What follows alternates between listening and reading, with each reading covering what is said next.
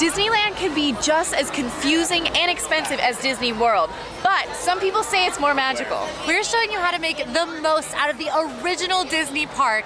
We're gonna ride all the rides, eat some of the most famous snacks, see the fireworks shows, characters, all of it for the perfect day here in the park. Come with us to find the secret to the best day ever in Disneyland. Let's go!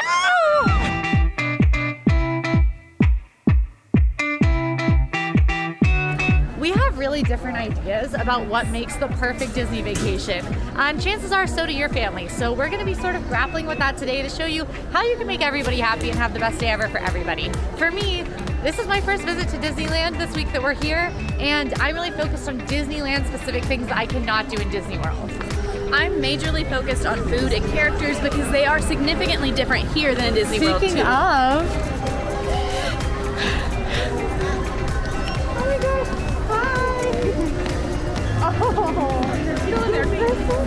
One part of a best day ever is to wear coordinating outfits. I'm Donald, she's Mickey.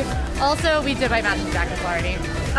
This was the first thing we did. It was the first thing we did. All right, we are strolling down Main Street, USA here in Disneyland. As you can probably see, it looks a little different from Disney World. It's smaller, but I will say that people always said that Main Street was smaller, and it was bigger than I thought it was because I knew that. So it's smaller than Disney World. The castle's a lot smaller, but this is the original Disney park. Walt Disney truly walked these streets, truly helped to develop this park, and was here while it was open for the first almost 2 decades, and that's pretty magical. So very cool for Disney fans. We are here for Rope Drop. Rope Drop just happened, so we're a couple minutes behind it. It's not quite as competitive as Disney World to do anything in Disneyland. It's a little easier, the pace is slower. More relaxed. It is definitely more relaxed. So we are staying at an off-property hotel for most of our trip. And it's a 20-minute walk away. We did Uber because it's cold here in California. Hence our matching jackets. Hence the matching jackets that we bought. But you can, from any of the Disneyland hotels and any hotel directly across the street, it's a very short, very easy walk to Rope Drop. Here in Disneyland, you don't have to get here as early, but I do recommend if you really truly want to be at the front of crowds going to the attractions, getting here about 45 minutes before the park's posted opening time.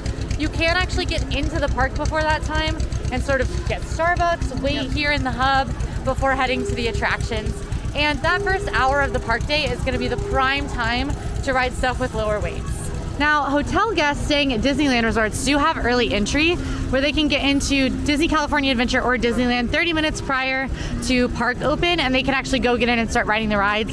That doesn't have that much effect as the same thing does in Disney World because there are only 3 Disneyland hotels. So it's a lot easier, the crowds spread out a lot more to the different rides. So it doesn't typically have that much of an effect on lines. We are using the Fantasyland rope drop strategy. There are a couple of different options for rope drop. If you are going to Fantasyland, if you're at the front of the rope drop pack, Peter Pan's Flight is a great first option. We do have Peter Pan's Flight in Disney World, and as you can see, that line in front of us is Peter Pan's Flight. We are not at the front of the pack. So we are headed to some of the other smaller Fantasyland attractions here to knock them out because they are not offered with Genie Plus, which we have today, and they do tend to get a little bit longer lines later. Today we are starting our Fantasyland day with Snow White's Enchanted Wish. This is a ride here that is a slow-moving dark ride that takes you through the story of Snow White, and it actually is pretty new. It recently was rethemed from Snow White's Carrie Adventure, so I'm excited. This is going to be the first time I've ridden it since it was rethemed, and this will be Quincy's first time at all. The wait time says 10 minutes, but the queues are significantly smaller here than in Disney World, so I don't even know that it'll take quite that long for us. But one thing I do love about the queues here, even in the newer rethemed rides, there are a lot of practical effects, and you can just tell a lot of little Imagineering touches.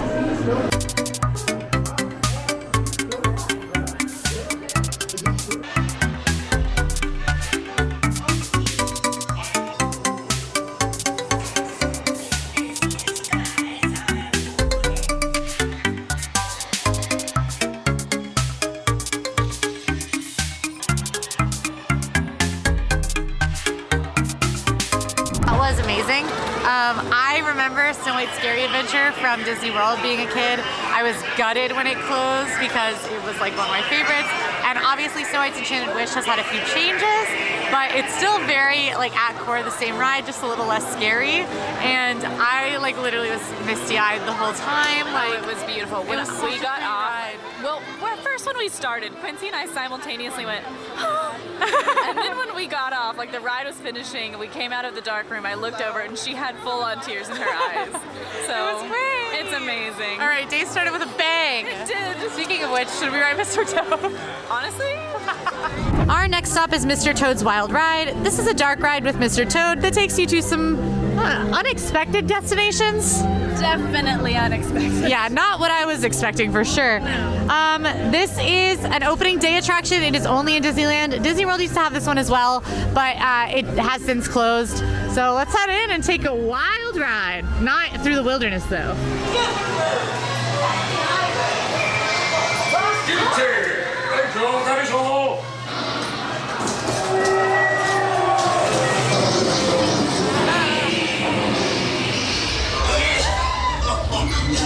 This is only one of a couple of different rope drop strategies you can have in Disneyland. Of course, if you are wanting to ride Rise the Resistance, one of the options for riding that attraction is rope dropping it, heading straight out to Star Wars Galaxy's Edge and doing Rise the Resistance. For us, we thought about purchasing the individual lightning lane for it, but with it being $25 today and we're already spending $25 each on Genie Plus, that would be $100 just on lines. And that's not part of our perfect day. No, spending $100 just to skip lines was not part of our perfect day. So we did not get Rise and we did not rope drop it, but hopefully we'll be able to ride it a little later in the day when the wait times drop. Fingers crossed. Also, do you know what's part of my perfect day? What's part of your perfect Do day? you see that over there? Oh, yeah. I mean, you're in luck because I also need to ride the original teacups.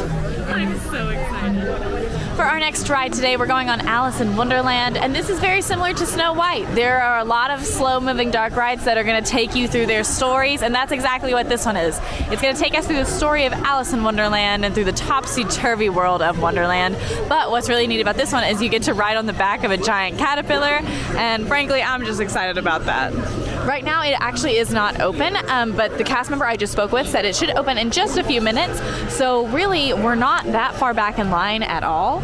When I first got in line with Quincy, I thought we were pretty far back, but all things considered, we'll get on this one pretty quick as soon as it opens. Emma, how have you felt about our ride so far, Mr. Toad and Alice? Amazing. Me too. They're so fun and beautiful.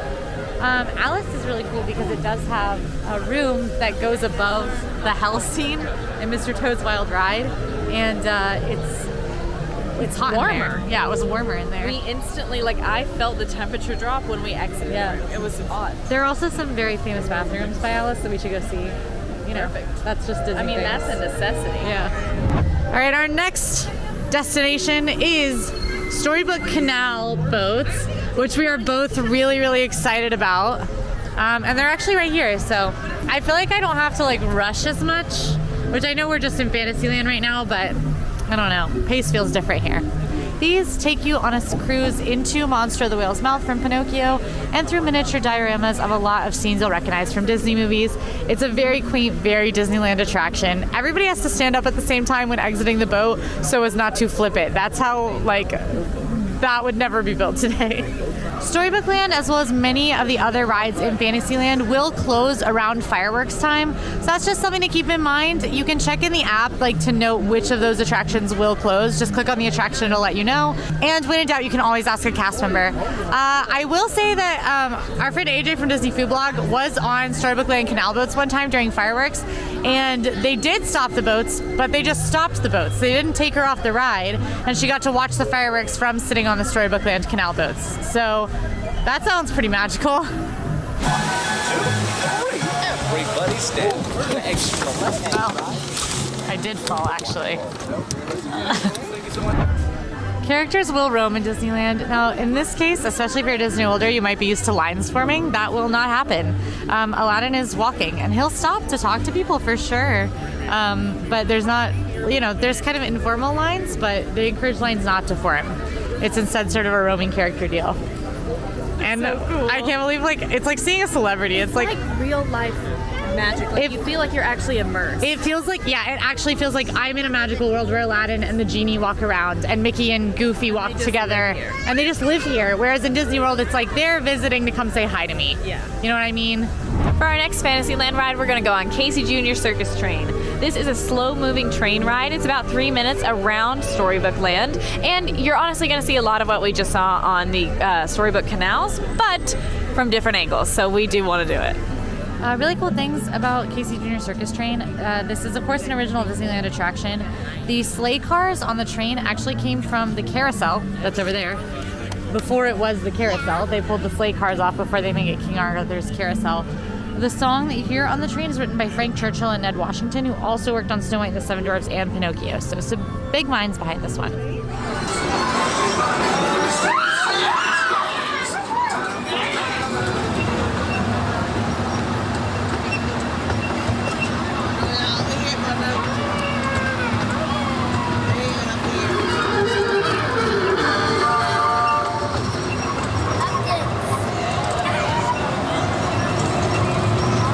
We're literally walking right up to meet Moana right now. Hi, Moana. Thank you. Super excited to see you. Yeah. Excited to see you. We're from Orlando, Florida. Florida. Yeah. That's amazing. Yeah. I there because you have an ocean. Yeah. Yes. Lots of Talk to ocean. the ocean like Grandma Tala taught me. Of course. I'm not very good at it, but I'm working on it. That's okay. No one was there. There's There's Peter Pan.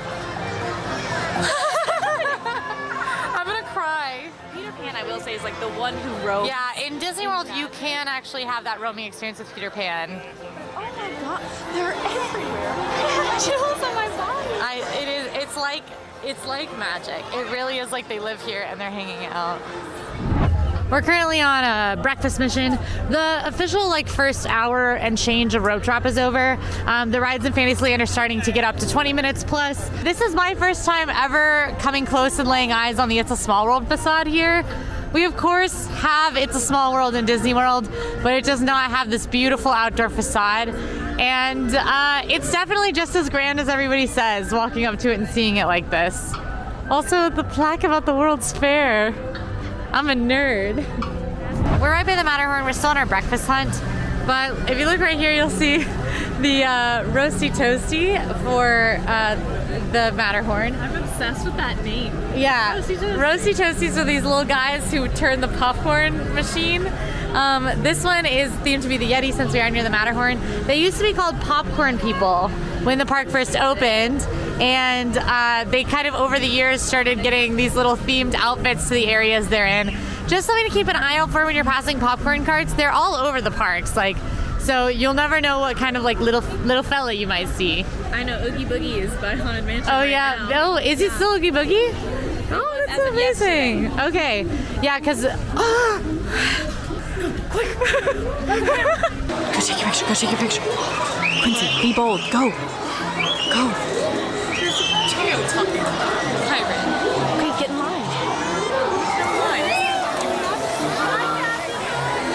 All right, we have stepped over into Frontierland where we're gonna grab the breakfast chimichanga. Chimichanga is one of the cart foods you can get in Disneyland. You can also get corn a lot more places here than Disney World, which I appreciate. They do have a breakfast chimichanga here, which I have heard amazing things about. It's a very hearty breakfast. Emma is very excited. Chimichanga cheers. Chimichanga cheers. Now it is before 10 a.m. and we did get the regular chimichangas because they were out of breakfast chimichangas. But we're in Disneyland. There aren't rules. There are no rules. We said we were getting. There are rules. Don't run. Yeah, be nice. But There are lots of rules. but regular. Not about breakfast. Not about breakfast. I like this. I'm so happy. Nothing else. This isn't my favorite thing we've tried. It's kind of middle of the road for me. But the fact that this is at a cart where I can get a turkey leg also is Magic Kingdom could never. I'm just astounded by, the quality of everything, which they serve a lot fewer people, so it's a little bit easier to make things higher quality. But my goodness. All right, I did make Emma take her breakfast to go because Emma eats very slowly. I'm trying my hardest, I swear. And it's about time for our lightning lane at Indiana Jones Adventure, Temple of the Forbidden Eye, which is located in Adventureland. This, we do have a lightning lane for, which is of course a skip the line offering with the paid Genie Plus. Genie is a service that was introduced in both Disney World and Disneyland that features free Genie with a tip board and customizable interest. Genie Plus, which is like a paid version of Fast Pass for those that remember that. It starts at $25 per person per day, and prices and availability vary by date. It gives access to several popular attractions in Disneyland and Disney California Adventure. Then the other option is individual lightning lanes, which is for those more popular attractions that include select rides not included with Genie Plus for an additional date-based fee. The only individual lightning lane in Disneyland at the time of filming is Rise of the Resistance. And you can book your first Genie Plus lightning lane or individual lightning lane once you're scanned into the park. As for Genie Plus, you can purchase it as part of your ticket package in advance, which we have seen Genie Plus sell out over the holidays, so if you're coming at a very busy time, that might be worth doing. And it is recommended for those traveling to visit Disneyland to cut down on time in line, but just be warned if you're a Disney Worlder, the list of Genie Plus attractions is much shorter in Disneyland, so check that out. Make sure there are attractions that you want to ride, that you maybe want to ride twice. It works the same as Disney World, where once you scan into your lightning lane, you can book a new one. You can also book a new one after a 2-hour cooldown if your lightning lane is pretty far out. Now, one thing I've noticed just looking at Genie Plus lightning lane availability while we've been here and before we came when I was doing research, it's a lot easier to get a lightning lane here. Like in Disney World, everything for any popular attraction, the lightning lane's availability is usually about an hour out on an average day and can get much further out for those busy attractions. Slinky Dog Dash lightning lanes book up within like the first 30 minutes of a park day on most instances. Here, the most popular in the park was Indiana Jones. I booked it at like 8:10, which was like 10 minutes after we could start booking it, and I got it for $9.25, no problem. So it's a lot easier to book lightning lanes. When you look at 4, generally the lightning lanes are like $4.10. Like it's a lot easier. Genie Plus, I think, functions here like it was supposed to. Right now, as we're headed into Indiana Jones, it's showing about a 50-minute wait time. I was here yesterday. It stayed around 60 and 70. Times will definitely pick up, especially now that rope drop is over. So this is why we're going to utilize Genie, so we can get done as much as possible. But those wait times will definitely start to skyrocket today. Also, if you're not quite sure what this ride is, this is when you get to go through some crazy adventures with Indiana Jones through the Forbidden Temple. And frankly, things get serious. You're driving in your car and you just hope you make it out and maybe find some treasure along the way.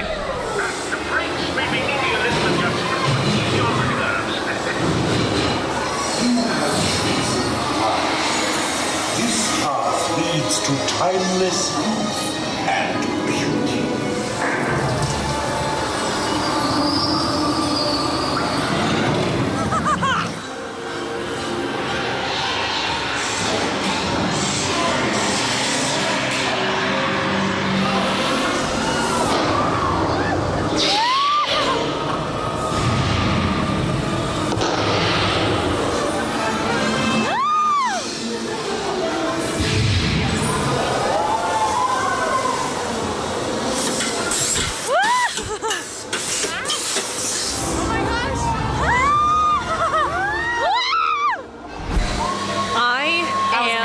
Speechless. That was amazing. So, as you probably noticed, first visit button here. Yes. Emma has been to Disneyland before. Yes. She was young. But this I remember vividly. And then when I discovered it was the same ride system as Dinosaur, I was a little surprised. Yeah.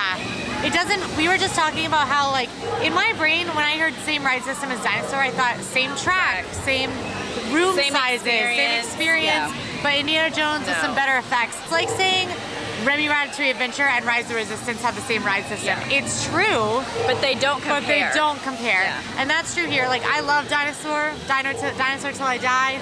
That was an unbelievable ride experience. We both agreed that Dinosaur, we love it for different reasons. It's fun, it's scary, like there's just things about it that make you laugh, but also you're terrified. This was like going through the movie. Yeah, it was like an adventure. We both really loved it. And like knowing so much about Disneyland, because like obviously for the past like 3 years it's been my job to know about Disneyland, and I've never been here, so that was one that like I've known everyone loves, and I was so excited to come do and to finally get to do it. Yeah. So this is a bucket list one for those of you who haven't been. An absolute must do. This truly, no joke, is one of my earliest memories of life, is going on this ride, and it stands, and I think you have to do it if you're here. We would love to ride it again today. That's my perfect It was like day. one of the first things we said. Yeah. So in the height of the Matterhorn in the shadow of the mammoth, I think you have to try the Matterhorn macaron. The famous Matterhorn macaron. Yeah. I'm gonna bite the side like an animal. You're eating it like corn on the cob. Coconut macaroon. It's so cute. Like, this is adorable. It's like, looks just like the Matterhorn over there. The icing is super hard. Like, look, no change in the texture when I press on it. So it's super hard. Like, it's definitely solidified on there. The icing's a little too sweet for my taste. Like, it's really, really sugary sweet. The macaron itself, though, is like a little tiny crispy on the outside and soft on the inside. Super coconutty, but without the texture of shredded coconut, which I'm kind of averse to. If you like coconut flavor and don't love like shredded coconut, I think you should get this. I enjoy it. You have to get it. It's iconic. It is time for our next lightning lane. We are headed here to Space Mountain, which you can see the building back there. It's a little harder to see from where we are, the very cool Space Mountain building. But we're gonna head around and take a cruise on this. Space Mountain here is a little different from Disney World. You do ride side by side instead of front to back. It's pretty contentious of whether people like Disneyland's or Disney World's better. I think most people prefer Disneyland, so we're gonna have to pass our own judgment here today. I'm a little nervous about that because Space Mountain, I think, is my favorite ride in Disney. Yeah, you love Space Mountain. So generally, in both Disney World and Disneyland, Space Mountain is a coaster through the dark as you sort of rocket through space. It's older in both parks. It definitely is a little ricketier in Disney World. So we'll see if it's rickety here. I don't know. I'm curious about a lot of things that are about to happen. 70-minute wait right now. One of the most popular rides in the park, up there with Indiana Jones Adventure. So a great one for us to be using Genie Plus on. And now that we've scanned in with Genie Plus, I can go ahead and book another.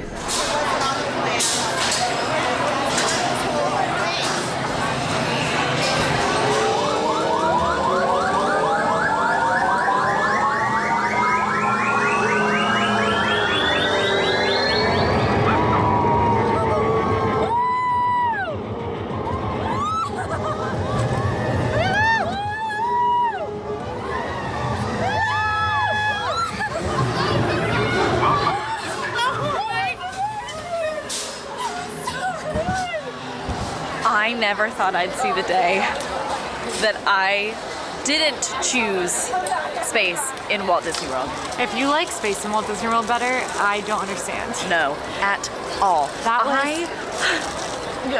the first thing I said when I got off for my Disney Worlders, because that reminded me more of Guardians than it did of Space Mountain. Yeah, the special effects, the music, sitting side by side with someone, it just, I don't know how to put it because Space Mountain is still so much fun in Disney World, obviously.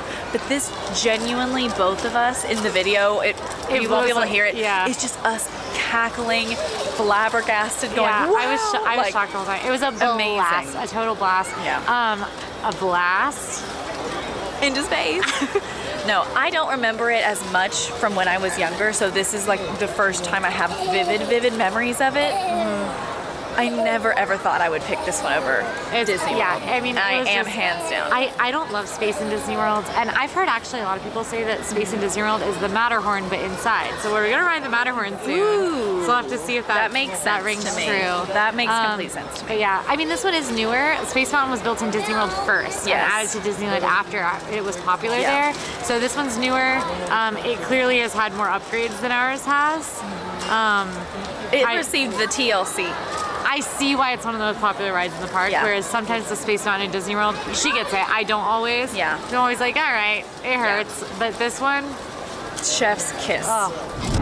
I went ahead and booked us after we scanned in at Space Mountain, a lightning lane for Matterhorn bobsleds. We are here outside of kind of near Alice in Wonderland at these restrooms that look like they're in a little castle. The stalls do have playing cards for doors, so these are kind of a popular restroom that you can stop into if you need to go. Emma, who'd you see? The handsomest man in the land. Emma, he's a villain. But he's handsome. He's a handsome villain. What's wrong with a handsome villain? Go talk to him. No, I can't.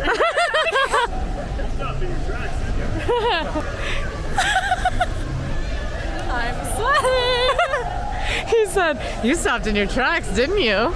Yes, I did. Oh my gosh. What happens in Disneyland stays in Disneyland. We popped over here into Fantasyland for Pinocchio's during Journey, which is one of the less popular dark rides that's over here. The lines are pretty long. It's the middle of the day right now, and this one only has about a 15-minute wait. So I'm gonna give it a ride into the story of Pinocchio, and probably be scared.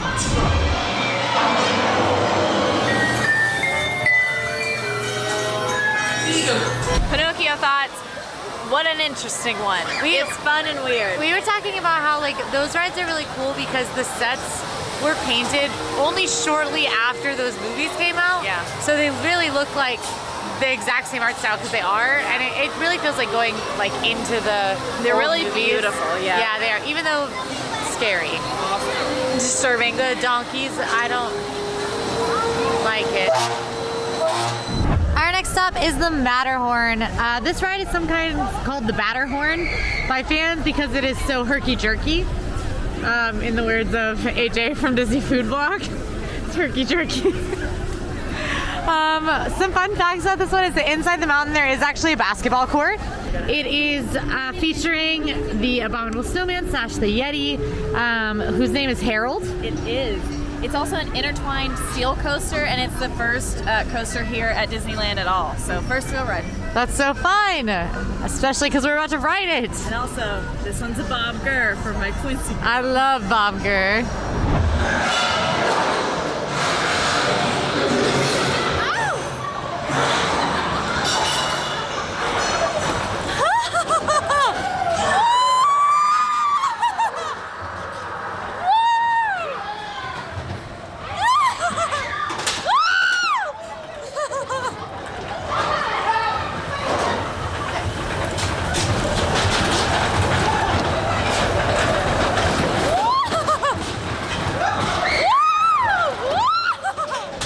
As you can probably tell from the jubilant vibes and the jazz music, we have made it to New Orleans Square, which is where we are headed to grab lunch. We're going to head to Cafe Orleans. And this is where we can get the Monte Cristo. You can get the Monte Cristo, which is one of the most famous Disneyland eats, at Cafe Orleans or at Blue Bayou. Blue Bayou is a relatively expensive table service restaurant, and eating there, you do get a full Monte Cristo sandwich. At Cafe Orleans, it used to be a full Monte Cristo. It is now a half, but it does come with fries where it didn't before, and the fries come with remoulade sauce. That's pretty good. So, Walt Disney loves to hang out here. Walt Disney loved to hang out here. All right, we got on the wait list at Cafe Orleans using the Mobile Dine walk-up wait list in the My Disney Experience app. It's a 60-minute wait, which we're actually not like overly hungry. We're gonna be by then. We will be ready to eat. Yes, but that's just enough time for us to go right next door to Pirates of the Caribbean. Where I know someone has been dying to go. I've been dying to go. I'm so excited. Pirates is one of my top 3 rides in Disney World, and I've heard it's better here. So I am very excited. Pirates of the Caribbean is a dark ride. It is a boat ride that takes you back in time to the age of piracy, the golden age of piracy. You see pirates pillaging and plundering. This is an iconic Disney attraction, very quintessential. The Pirates of the Caribbean movies were actually based on the ride, and after the success of the movies, they had figures and characters from the movies added to the ride. So it's a very special attraction, very popular. Tends to have longish lines all day. This is a relatively slow day. It's still a 35-minute wait for Pirates, but not too shabby. We are in the queue for Pirates, passing by this staircase that goes up above Pirates of the Caribbean.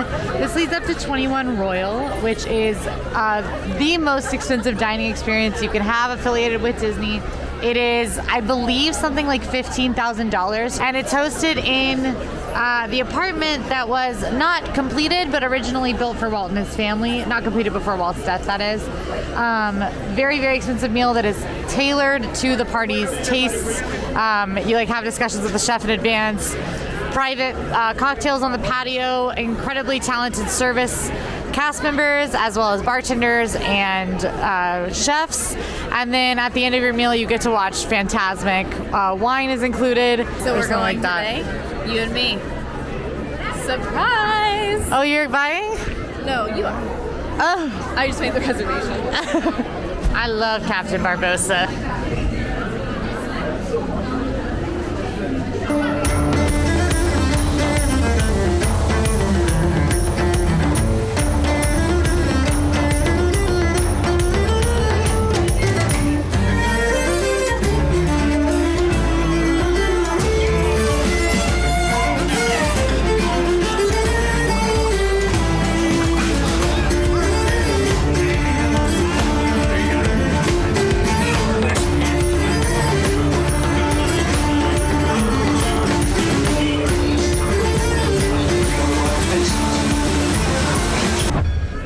us have chosen to do Cafe Orleans for lunch with probably the most iconic lunch item in Disneyland with the Monte Cristo, which I'm very excited about. But there are a couple other great options. If you want a lighter lunch, you could check out the bao buns at Tropical Hideaway. We had those during our cross-country 6 parks in 1 day challenge that you can check out. And another option is the corn dogs. They have hand-dipped corn dogs here if you want something lighter, just like a snacky kind of lunch deal. You can check that out too. Also, Blue Bayou has the Monte Cristo as well, and that is the full sandwich. That one has not been halved like the one here at Cafe Orleans has. Since it is chilly when we're here, I did go with an appetizer of the chicken gumbo. I love gumbo, and also Splash Mountain is getting rethemed to Tiana's Bayou Adventure, so you gotta get gumbo, you know, like Tiana makes. I went with the chicken gumbo, which is made with andouille sausage, tasso ham, and rice. For my cup of soup, I got the cup of seasonal soup, and it's winter squash, brown sugar pork belly, and a poblano crema fresh. Look at this. Not the best gumbo I've ever had, but I got a big chunk of sausage in there. The broth is like nice and thick, almost kind of like a gravy or a stock. I love that it has a scoop of rice in there because I love like rice and gumbo. There's a lot of great flavor. It's got a little bit of like a baby tiny kick to it, but I wouldn't call it spicy. I would get this again. This is wonderful. It's so silky and smooth. You know what? I need to taste the butter squash again. So it is like that winter squash, but it really has a ton of fall flavors. And what I actually really loved is that is not necessarily an overly savory flavor to me. It's more of kind of a, not necessarily sweet, but on the sweeter side. And then I got a huge chunk of really salty, fatty pork belly in there. And it was just so, both the soup and the pork belly were so buttery and just silky. It like melted in my mouth. And it was a really nice combination of like a sweet and savory. And there's just a tiny little bit of a kick in here, and it's almost like your gumbo. Like, it's not spicy at all, but it just adds a bit of flavor. This is absolutely delicious. Not in Brie Love's honor, but we can say that it was. I did get the plant-based option here, one of them. This is the French onion farro risotto. It's made with 7 onion, lemon arugula salad, and smoked tomato crostini. I did ask for a recommendation from the waitress, and she said that this was pretty stellar, and it looks really good. I'm also kind of happy because I think it'll be like still rich, but a lighter option when we're also gonna have that, which is not light. So Quincy went with the lightest option, so of course I had to get the absolute heaviest. We are the dichotomy of man. We are together the perfect pair because we both will get to enjoy this. I got the battered and fried Monte Cristo with the choice of pommes frites or petite salad. I got the pommes frites, and then I also got double of the spicy Cajun remoulade because it is delicious. Just look at that. I mean, I could sit and stare at this sandwich all day, but That's ridiculous. no, I mean, look at it. Eat it. Gladly will eat this. All right. It does come with an apricot jam on the side as well. Is it what dreams are made of? Don't talk to me right now. It's the absolute perfect sweet savory combination. If you think sweet or savory, no. Just get this for the rest of your life. It'll put you in an early grave, but it'll be delicious. The cheese is so nice and melty, and then all of the deep fried batter. The edges are crispy, but then right here on the bottom is so soft, so it's easy to eat, but you still get that nice texture and crunch. And then with the apricot jam, it all ties it together. I might not let you have a bite. That's funny.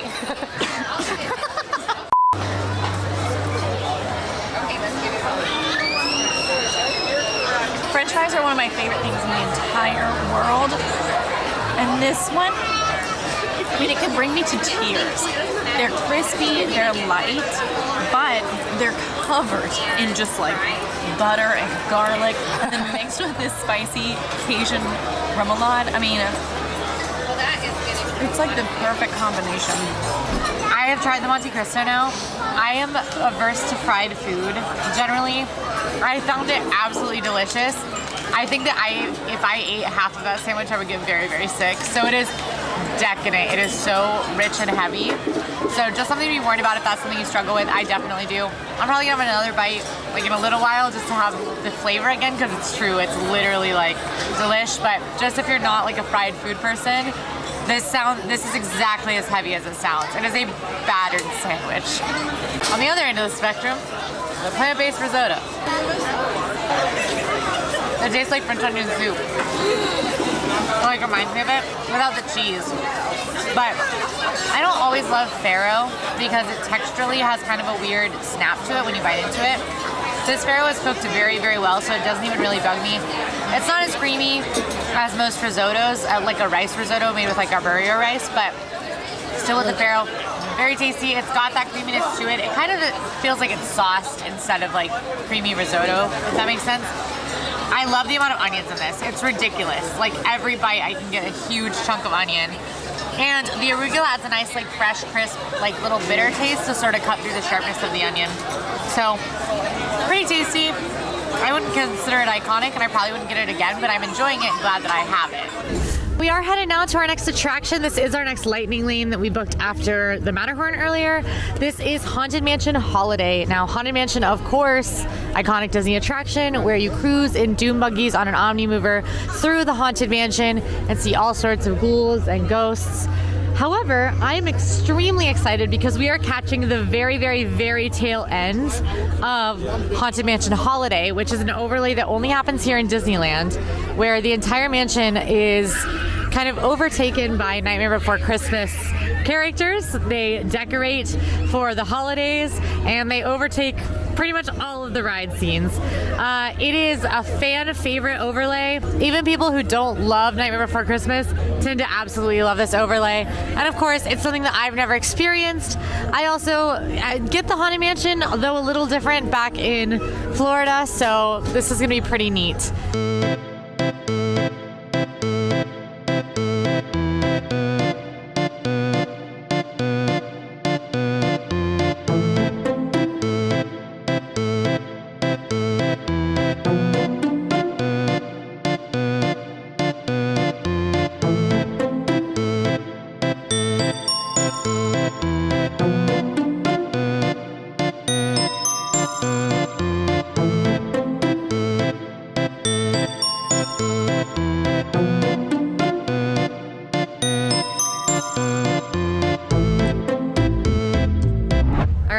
Haunted Mansion Holiday was unbelievable. That was amazing. The animatronics. Yeah, I was not expecting there to be new extra, like they have animatronics just for the overlay. Yeah, I really thought it would be like some statues, you know. So, you know, a couple like moving figure, like not like a full animatronic. Like we came around a corner, an animatronic Jack, an animatronic Sally, Oogie Boogie. Oogie Boogie looked so good. Like literally every room was totally overlaid. It felt like a completely different ride, in my opinion. Yeah, it felt like a completely different ride. And that put every other ride overlay ever to shame, in my opinion. Yeah, absolutely. So, absolutely. For sure, just unbelievable. Definitely worth doing. You want to take the train? The Disneyland Railroad is a steam train that you can take on a tour around the park with stops in New Orleans Square, where we are, Mickey's Toontown, Tomorrowland, and Main Street USA. That Toontown stop is open, despite the fact that Toontown is closed. The train does take you along the rivers of America, so you get to see all the different like indigenous rock formations and wildlife. Rivers of America are inspired by the Mississippi, the Columbia, the Missouri, and the Rio Grande. You also pass Walt Disney's legendary dioramas of the Grand Canyon and Primeval World, Land of the Dinosaurs. That's on the Tomorrowland to Main Street route, which we'll try to catch later at some point today. I would love to see those dinosaurs. I really want to see the dinosaurs. The engines are all named for American locomotive legends, except for one, the word Kimball, which is named for the animator that inspired Walt's railway passion, which is pretty cool. So we did get off here at the Mickey's Toontown train station, which connects us right next to Fantasyland. There's Small World right there with its beautiful lights. But Toontown, unfortunately, is currently closed for a big refurbishment. They're adding Centennial Park, lots of opportunities for families to play together. A lot of your favorite parts of Toontown will be back. All the characters' houses will be back. You'll still be able to meet the characters. Roger's Rabbit Cartoon Spin will be reopening. Mickey and Minnie's Runaway Railway is coming to Disneyland and will open in Toontown. It's just getting a little upgrade with Centennial Park. So you can learn more about that in Emma's complete tour of Disneyland or by heading over to AllEars.net.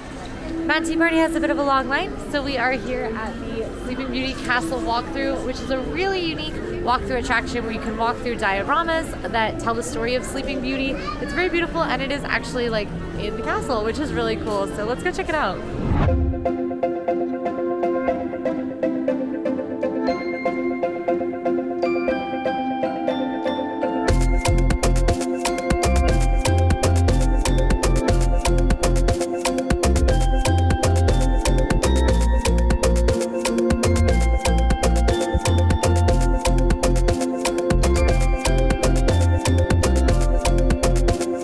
Off to the side of the castle, there is a beautiful wishing well here. And next to the wishing well, there is this Snow White's wishing well fountain. All of the statues actually were gifted to Walt Disney by an anonymous person from Italy. And all of the statues were the same size, which posed a problem because Snow White is supposed to be a lot taller, a lot grander than the dwarves are. So what they decided to do was use forced perspective to build in this feature with Snow White at the very top looking like she's looking at them from a distance, from up high, and to help make her look more her true size compared to the dwarves, which I think is really cool. And it's just a beautiful, peaceful spot with a lot of magic.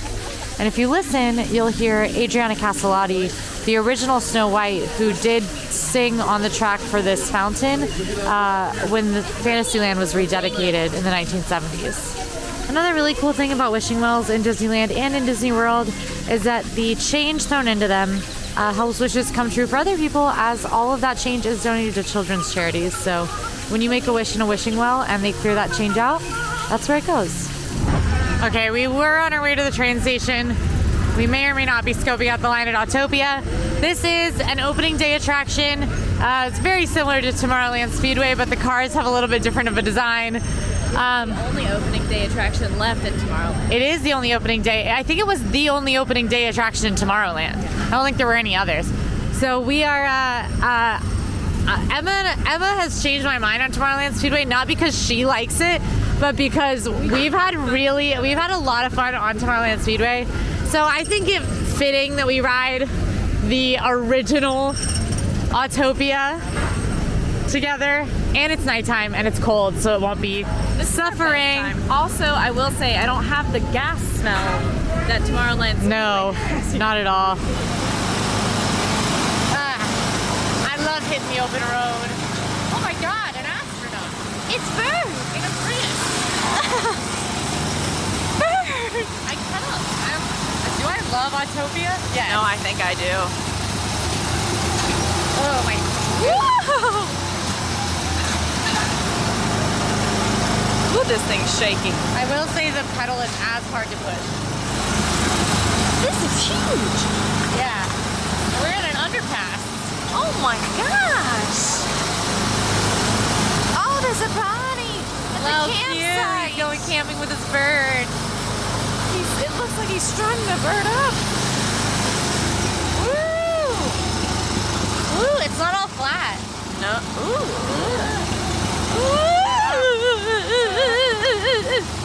Autopia was a blast. We loved it. Tons of fun. Glad we did it. Definitely the pedal was hard to press, and I'm glad we did it at night, but still a ton of fun. We are hitting that part of the day that you inevitably hit when you're in a Disney park, where we start to realize we don't have quite enough time for everything that there is to accomplish, for everything that we thought maybe we'll do today. Now, the good news is we do have time, and we have done most, if not all, of our priorities. And that is because we made a priority list, which is something I highly recommend doing. Disneyland has almost 60 attractions. It is not possible, most likely, under any circumstance, to do everything in one day. So go ahead and sit down with your family, see what everybody's top 3 to 5 priorities are, and make sure you understand what's a must-do for everyone, so you can really prioritize that stuff. The stuff that we might miss tonight, neither of us are bummed about, because we had our list of priorities. And that's part of a best day ever in a Disney park, is making sure that you have everybody's priorities in line so that everyone's at least a little happy with the circumstances. But now we are headed to the Tomorrowland train station, where we are going to take it just one stop to Main Street USA. We could walk it, but then we wouldn't see dinosaurs.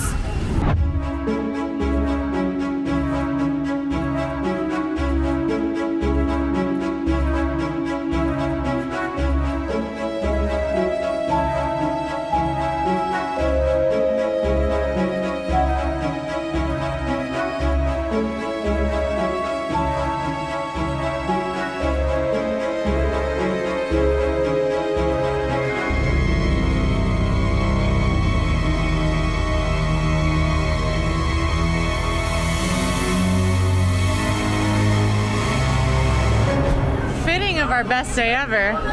The train got to Main Street just in time to see Santa and his elves as the holiday parade ends.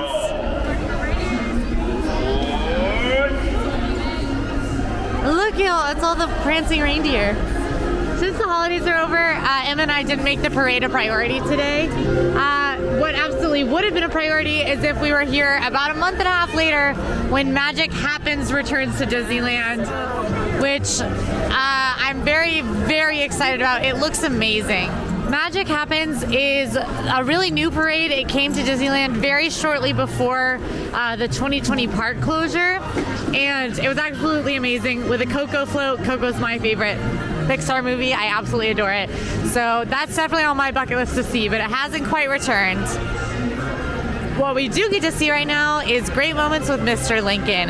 This is an absolutely historic attraction that features an animatronic of Abraham Lincoln. It's said that the animatronic was so startlingly realistic when this attraction debuted at the New York World's Fair in 1964-65 that people would throw pennies at it to try to get it to flinch, thinking it was an actor. The animatronic has been updated and kept in immaculate shape. And I'm really excited to see it in person because it's certainly one that is a staple of Disney history. All right, we saw Great Moments with Mr. Lincoln. It was really cool. The animatronic is insane. He looks amazing. Yeah, he looks so good. They keep him very updated. The emotion on his face was stressing me out. It was so realistic. Like, I was like, robots don't have feelings, is the thing. Well, here's my personal concern is that robots do not have feelings, and that man appears to. We are now off to go cash in on our mobile order of beignets and mint julep, which is amazing, and then go ride Big Thunder Mountain Railroad. We got Mickey beignets at the mint julep bar. This one, shaped like Mickey, much like the Mickey beignets. They come in packs of 3 or 6. We got a pack of 3 because we have to eat more sweets tonight. It's the rules. Super airy and doughy on the inside. I love beignets. They're just so like light and delish. Mint julep. From the mint julep.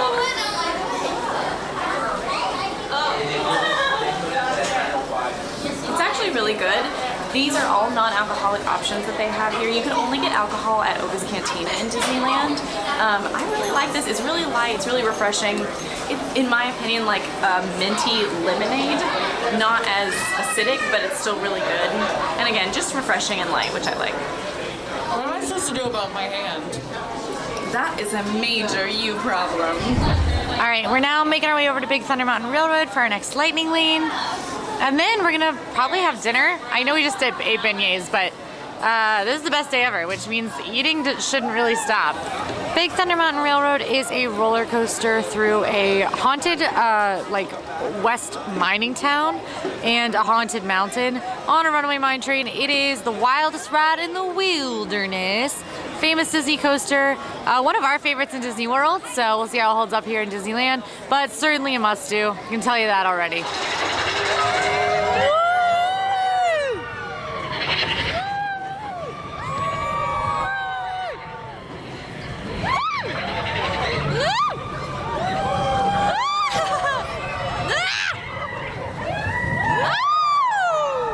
All right, we are headed to grab dinner now. We're headed to Plaza Inn to get their very famous fried chicken. This is widely considered one of the best meals in Disneyland. Other great options for dinner include the Jolly Holiday Combo, We actually had that one off camera very late last night after filming our complete tours because it was freezing, and that is a grilled cheese and tomato soup. It was delicious. And then another great option is Bengal Barbecue in Adventureland. Has meat skewers and like bacon wrapped veggies and stuff like that that look amazing and are widely considered delicious. So that's another great option. But the Plaza Inn fried chicken kind of reigns supreme, so it's got to be part of our perfect day. Desserts wise, we're probably going to go for churros later. We've had our beignets. Another treat, obviously, that is often part of a perfect day is Dole Whip. You can get that at Tiki Juice Bar or Tropical Hideaway. We are unfortunately skipping Dole Whip today because it is 50 degrees, and Dole Whip is not part of a perfect day when it's 50 degrees. We also did get to have some Dole Whip on our Coast to Coast video, and we're trying to try as many things as possible while we're here. So we're not doing anything twice. So if you want to see our review of that Dole Whip, go ahead and check out the Coast to Coast 6-Park Challenge. We do also answer the question of whether it's better in Disney World or Disneyland. We do. Yeah. Our professional opinion. Our professional opinion as pro Dole Whip eaters. Some crowds have certainly started to gather here at the hub, facing the castle. There are fireworks tonight happening. It is the holiday fireworks. Now, there are 2 nighttime spectaculars at Disneyland tonight. This and Fantasmic. Fantasmic is our priority, so we are probably going to see the fireworks on the go on the way to get a good spot for the later showing of Fantasmic. There are 2 showings. Now, one thing to note is that nighttime spectaculars do not happen every night in Disneyland, especially in the slow season and especially on weekdays. You're going to want to check out the times that it's happening in the Disneyland app or on the website in advance because due to permitting with Anaheim, it's not like Disney World where fireworks happen every night. So there's a chance that the big day you're planning to watch the fireworks in Disneyland, there won't be them. So make sure to check that in advance so you know what to expect. There's also a lot more like space. The fireworks are at 9:30. It's currently 8:18 and people are already staking out spots. Also keep in mind that some attractions may close to accommodate fireworks. So if you are around Fantasyland, you'll see a lot of attractions start to close around fireworks time to accommodate that. We're grabbing dinner right now at Plaza Inn. This is one of the restaurants facing the castle. It is a buffet character meal in the morning for breakfast, and then for lunch and dinner, it is quick service with some very like comforting classics like pot roast and chicken. It's supposed to be like a very fit in on Main Street turn of the century restaurant. So very excited to try this chicken. I've heard crazy good things. Also, if you have your heart set on some food in Disneyland, make sure to check the closing hours. The restaurants do not all stay open until closed. So Plaza Inn tonight closes at 9, despite the fact that the park closes at midnight. When we were looking for food last night, there were about 4 restaurants open that had full meals. Still good options, but if you have your heart set on something specific, that can be a bummer. All right, the moment of truth. The moment of truth.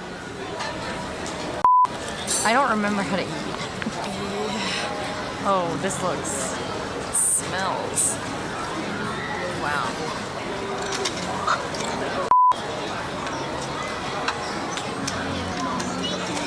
There is a chicken place in my hometown.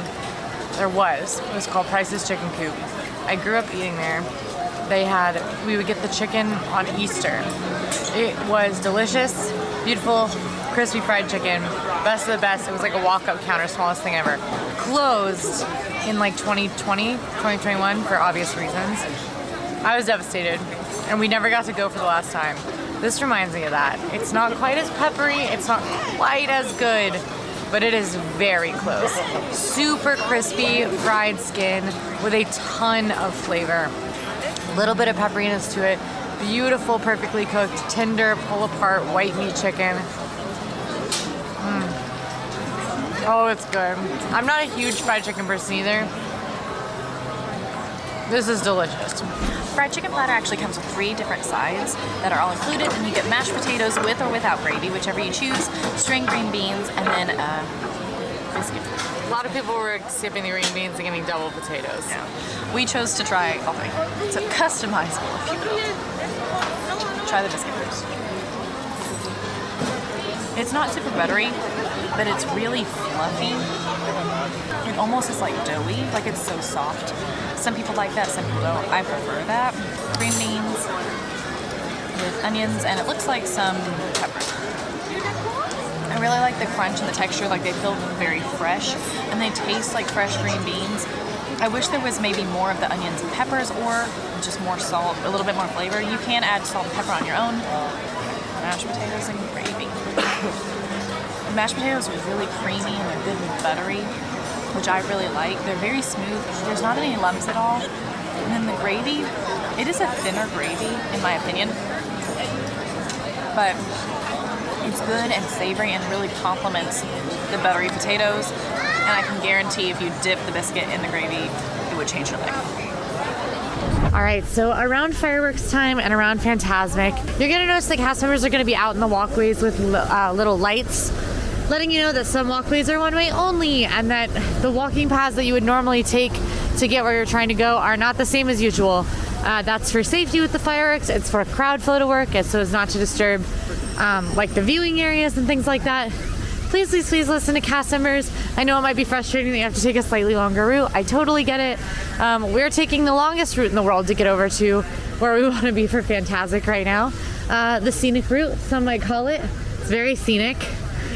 Beautiful, some would say. But if you just listen to cast members, they're going to get you there as fast as you can. If everybody was not following cast members, it would be a mad dash. So listen to cast members, be nice to cast members. All right, we're headed into Star Wars Galaxy's Edge. Like I said, the real scenic route. We obviously haven't spent much time here today. We have Star Wars Galaxy's Edge on our coast, so this isn't much of a must-do for us. It's also weird because it's what it is. It's the same, but it's laid out a little different. Some of the things look a little different. Like There are a handful of differences. that doesn't look the same over there. I literally haven't walked in here yet, but it's the same. That's where in Worlds you get off Star Cruiser right there. So yeah, but it's definitely obviously an amazing area if you're a Star Wars fan. And I can spend a lot of time in Galaxy's Edge. Like I can really hang out in Galaxy's Edge and enjoy myself. I love it at night. Look how open it is right now. Like this is so nice. There are two attractions here, Millennium Falcon Smuggler's Run, which could have easily been swapped in as one of our Genie Plus priorities today, as it is on Genie Plus. There's also Rise of the Resistance, which is the individual lightning lane option for this park.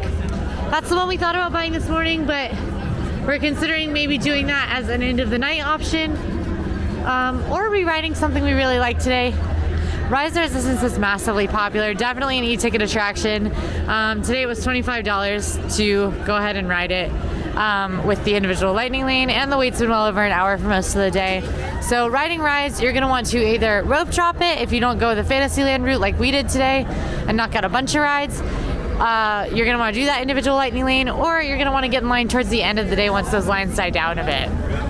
We are coming up on Rise of the Resistance, and then we are going to step out into Critter Country, which should put us in a good position to hopefully grab a good spot for the second showing of Fantasmic. We're sneaking out a little bit. We're going to get there about 9:30 when the show is at 10.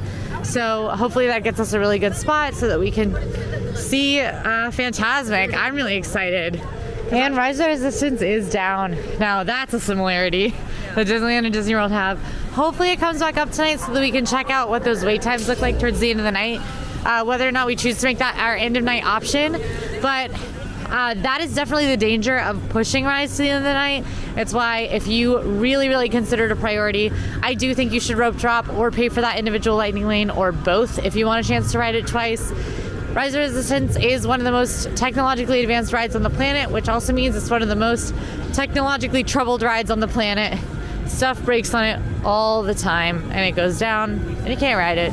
The other benefit is that Fantasmic area is actually a great place to view the fireworks. So heading over here early for the late show of Fantasmic means that you get a good view of the fireworks before the later show of Fantasmic. So they do clear and organize sort of the Fantasmic viewing for reserved viewing, whether that's for dining, packages, and things like that. So if you're in doubt, ask cast members. That's what we just did, to ask what a great viewing spot is. Is it reserved? We are now immediately behind a reserved section. We're also sitting on the ground because the show's in a little while, but we want our good spot. So we're just staking it out, relaxing, chillaxing. Maxing out cool. Maxing out cool? Some b-ball Outside the school.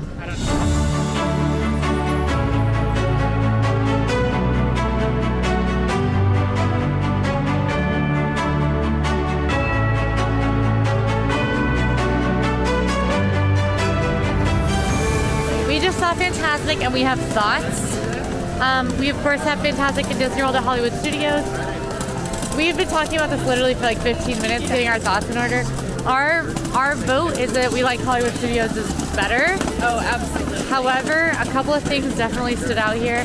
The pirate scene on the sailing ship Columbia. I knew there was a pirate scene. I did not realize it was that.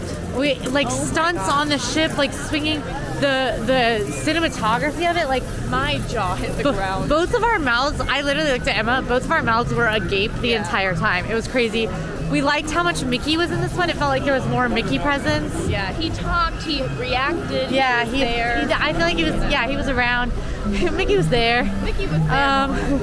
And we liked the dragon, of course, that everybody talks about. We did like the dragon better, but Overall, Disney World's theater was built for Fantasmic, which I know that the stage was, but it doesn't have a lot of the limiting factors that this one does. it lacks the grandeur we feel like that Hollywood Studios has. And that does mean that like you can get closer, but like there are not as many sight lines here per like person. Like even though there's a lot more people in Disney World, all those people can get a good sight line because the theater was made for it. Whereas here, we staked out seats for 50 minutes.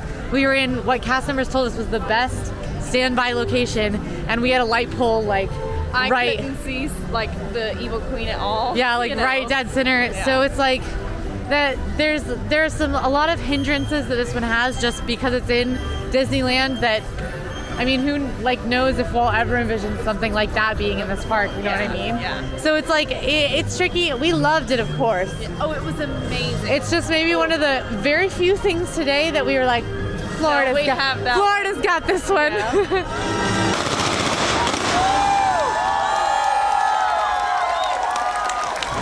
All right, we are currently en route to a lightning lane. It's a small world, one of our like final priorities of the night. 11:04. It's 11:04, so we've got like an hour left in the park. So we're gonna try to just kind of knock out the rest of the stuff we want to do here for our best day ever. I would put in the day right now and consider it the best day ever, though. We are approaching the very beautiful It's a Small World facade, all lit up, holiday lights, holiday hat on the clock. This is It's a Small World holiday. It is a holiday overlay for this attraction. It's a Small World is, of course, an iconic Disney attraction. This is another World's Fair one that a lot of brilliant minds worked on. You have Mary Blair, who did most of the art direction for this, so all of the art of it you'll recognize. Alice Davis with her husband Mark Davis working on the costumes, so just some of the most brilliant minds from Disney. It's got a posted 5-minute wait because of Fantasmic and fireworks, but we have lightning lanes, so might as well use them, I guess. We paid for it. The big difference is with It's a Small World here than in Disney World is that, one, this is the original attraction. This is the one that was built with Walt's involvement for the World's Fair, with all of those like very, very talented, stellar artists and visionaries with their involvement. It has this brilliant facade, which is obviously much better than the one in Disney World, which is like a very lackluster building. In 2009, they added Disney characters to some of the scenes, which caused a serious uproar of IP getting added to this classic attraction, but people ended up liking it, I think, because it's kind of like a see if you can spot them sort of deal. It was done very tastefully. The art style is kept upkept, so I'm actually really excited to look for my favorite Disney characters throughout the ride. Small World done, adorable. Disney classic, a must-do, absolutely historic. Yes. Now the song's being stuck in my head. With the holiday overlay, they like dispersed it with jingle bells. It was mixed up. I honestly loved the IP inclusion. I loved it because we literally the whole time really we're like, nice. there it is. Yeah, like, and it was subtle. It wasn't in your face. yeah, you They have to didn't kind of force like it. stare at the dolls for a second to be like, is that Cinderella? Yeah. But now we're gonna try to fit in three more rides, which is a little ambitious. It's 11:23, so there's less than 40 minutes left in the park day. We're gonna try to fit in 3 more rides as long as you're in line for a ride by 59 before the park closing time, the 1 minute before the park closed. They let you ride. So We're gonna try to do Mad Tea Party for Emma, Mad Tea Party. Buzz Astro Blasters, and then Space Mountain again because we loved it so much. Oh boy. I've waited my whole life for this. Oh my gosh. I promise I'm trying.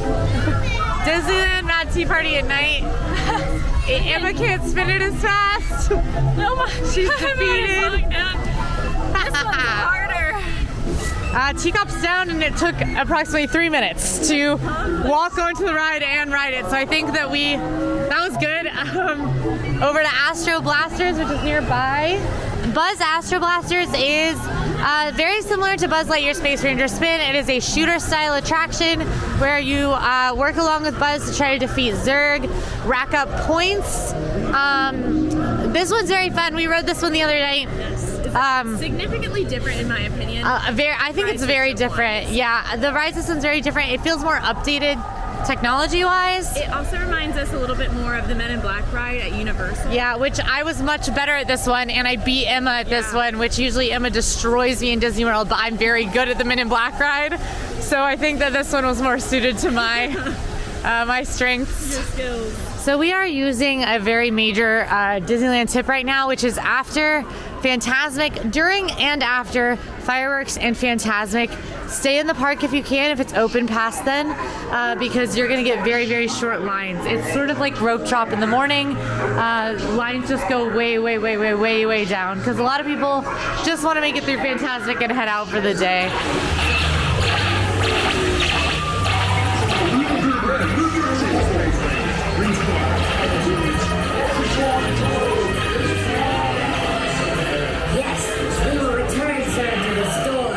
You pulled ahead. All right, now that we're planetary pilots, seems only fitting that we go fly on Space Mountain. Yeah, again. Sounds like the perfect end to best day ever in Disneyland. Coming to a close.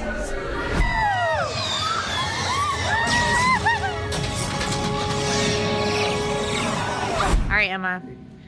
We're headed out of Disneyland now. As you can see, it's closed since we rode Space Mountain. There's just not most people are out of the park now, so we're headed out. How was your perfect day in Disneyland? Truly best day ever, perfect day. I don't want to go home. Like, I'm excited. We're doing more. This is not it. Yeah. But part of me is like, are you sure we can't just do this today again? Yeah, it was wonderful, and also I think for me, I didn't feel like I had to work as hard for it. Yeah. Like, I had the perfect Disneyland day, and it was easy, and it was relaxing. It actually felt like if I was going on a vacation, Disney World doesn't always relax. Feels like a trip. It feels like a trip. Or an adventure. This I could see potentially feeling like a vacation for I people. felt the pace felt comfortable today. I didn't we still had to rush it sometimes, but the pace felt comfortable. We got through everything we wanted to do, and that was my biggest takeaway. I had a blast today, and I think with the tips and the strategies we've shared, whether you're familiar to Disneyland or not, you can have a great day too. Time. Yeah. If you like this video, go ahead and like and subscribe. Now go watch us do 6 parks in one day in our Coast to Coast American Disney Parks Challenge. See you there.